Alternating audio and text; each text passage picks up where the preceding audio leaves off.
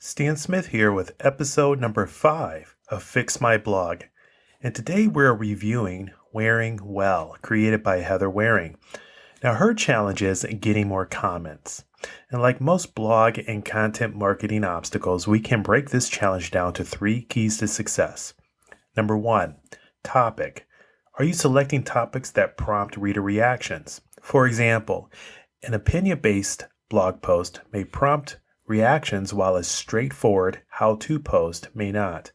Also, personal or life experience posts get less comments because the reader may not feel that they have permission to give you feedback on your personal life. 2, dialogue style. Do you write like you talk? Does it feel that you're sitting next to me or are you talking at me?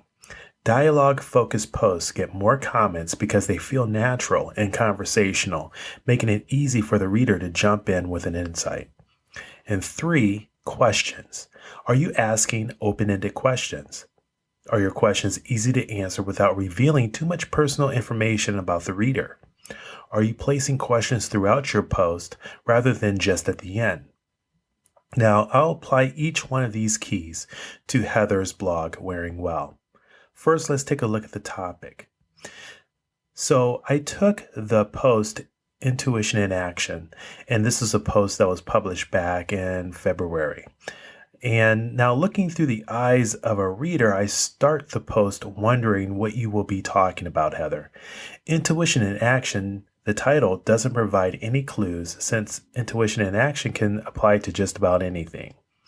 The first paragraph, often called the lead, talks about a workshop that you attended, a book, and a wonderful woman that you were able to connect with at the workshop. And this paragraph also starts with the letter or word I. So I'm thinking as a reader that this is a personal experience that I might not understand or have the relationship needed to offer feedback to you. I feel like an observer, not a participant, and an observer is less likely to comment. Now, this is a classic problem with personal first-person blog posts. They're one-dimensional and sometimes aloof, making it very hard for the reader to warm up to the writer unless they are a friend or a family member. I suggest changing your focus to the reader with a few simple changes. You can change your headline to your intuition in action. This puts the reader at the center of the post, not you. Or you can add a reader-focused question, such as, have you struggled with trusting your intuition? Now, this question, if placed in the lead or in the first paragraph, will prompt the reader to answer in their mind and then continue reading.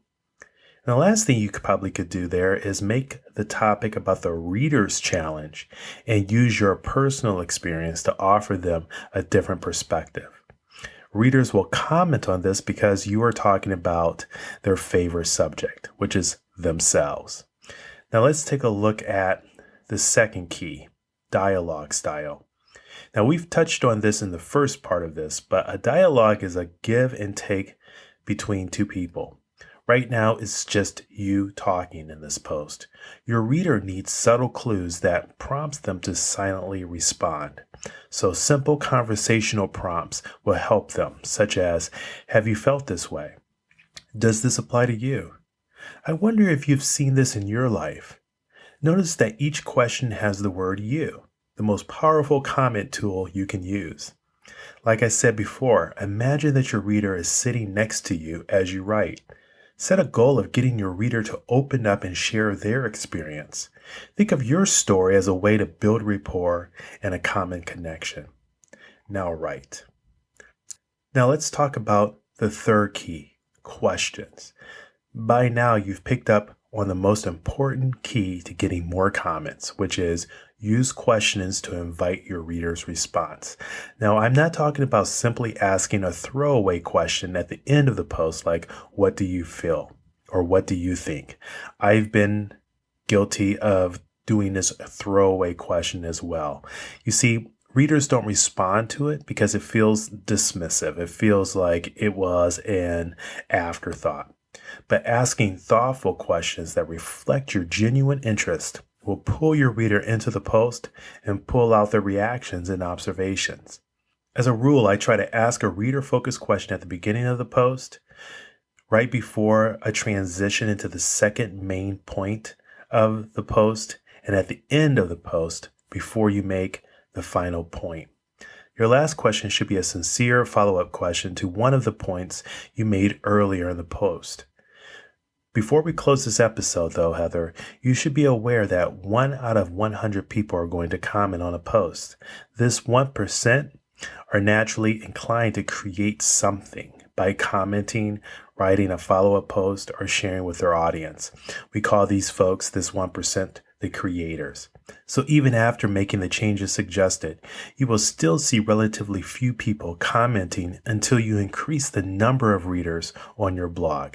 So be patient and follow these comment keys to success. Thanks, Heather, for giving us a chance to check out your blog and get better together. Now, if you would like to have your blog featured on Fix My Blog, click the button on this page and send us information about your blog and your challenge. That's all for now. Talk to you next time.